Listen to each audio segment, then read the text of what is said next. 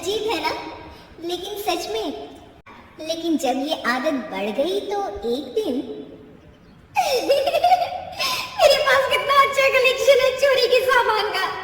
ये ताज का चम्मच और ये देवरानी का चश्मा। इनकी जेब से पैसे तो इतने चोरी कर चुकी हूँ कि अब तो बोर ही हो गई हूँ। चोरनी बहू, एक दिन तेरी इस अलमारी का ताला तोड़ दूंगी। अरे बाजी वाह, ताला तोड़ेंगी आप और चोर कहलाऊंगी मैं।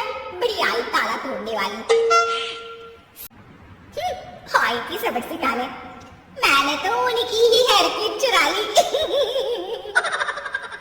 एक दिन मीता पति के साथ एक शादी में जाती है जहाँ कई लोग होते हैं। जाती तो बिना शॉल की है, लेकिन आते वक्त उसके हाथ में एक सुंदर सा लाल रंग का शॉल होता है। अरे मीता, ये शॉल किसका है? किसका है मतलब? मेरा ही है। अरे पर जाते वक्त तो नहीं था। अब ना तुम्हारा ध्यान मुझ पर क्यों होगा? शादी को इतने साल जो हो गए हैं। अरे ये अलमारी में हमेशा ताला क्यों लगा रहता है? मैं भी नहीं जानता कि मेरे ही कमरे की एक अलमारी के अंदर क्या क्या रखा है। भैया, आप कितने के दोगे?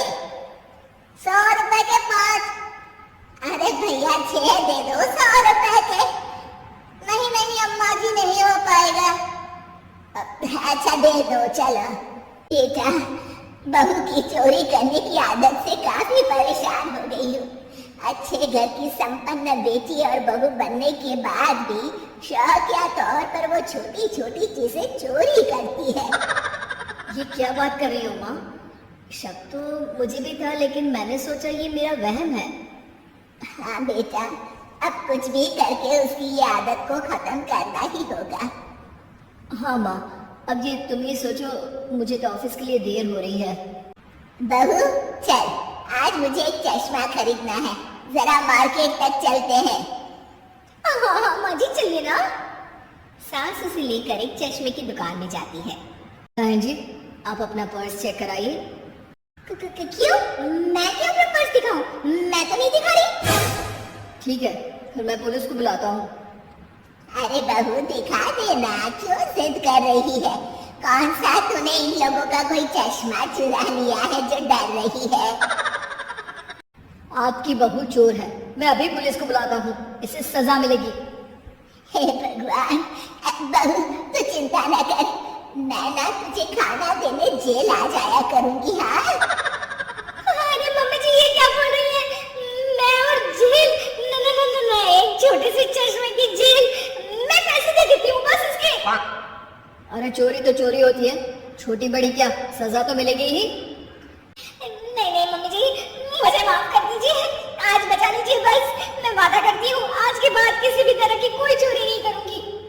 शौक में मैंने बड़ी गलत आदत पाल ली थी, मुझे माफ कर दीजिए। पकौड़े खा लो, पकौड़े, गर्मा गर्म पकौड़े, प्याज के पकौड़े, आलू के पकौड़े, मिर्ची के पकौड़े। एक बार खाओगे बार बार आओगे। आज सही समय पर निकले हम दोनों, नहीं तो जब तक जग्गी की दुकान पर पहुंचते थे उसकी दुकान के सारे पकौड़े खत्म हो जाते थे। आज तो जमकर पकौड़े खाऊंगा। जग्गी के मिर्च वाले पकौड़े तो इतने स्वादिष्ट होते हैं भाई कि क्या बताऊं यार। एक बार मेरी बीवी मुझसे नाराज चल रही थी, उस रोज मैं उसके लिए जग्गी के पकौड़े ले आया। अरे राजू भाई क्या बताऊं, एक वो दिन है और आज का दिन है। मेरी बीवी मेरे से ऊंची आवाज में बात तक नहीं करती, नाराज होना तो छोड़ ही दो। अरे दिनकर भाई, कहीं आज भी हम लोग लेट तो नहीं हो गए? देख रहे हो जग्गी की दुकान के बाहर लोगों की भीड़। 410, 430, 490, 500, आज की कमाई 500। अगर इसी तरह कमाई होती रही तो तेरे लिए चांदी की पायल बनवा दूंगा। अच्छा, मुझे पायल वायल नहीं चाहिए। क्यों, क्या हुआ? हमेशा तो गहने की रट लगाए रहती है। हाँ, गहने मुझे चाहिए, लेकिन ईमानदारी के पैसे से।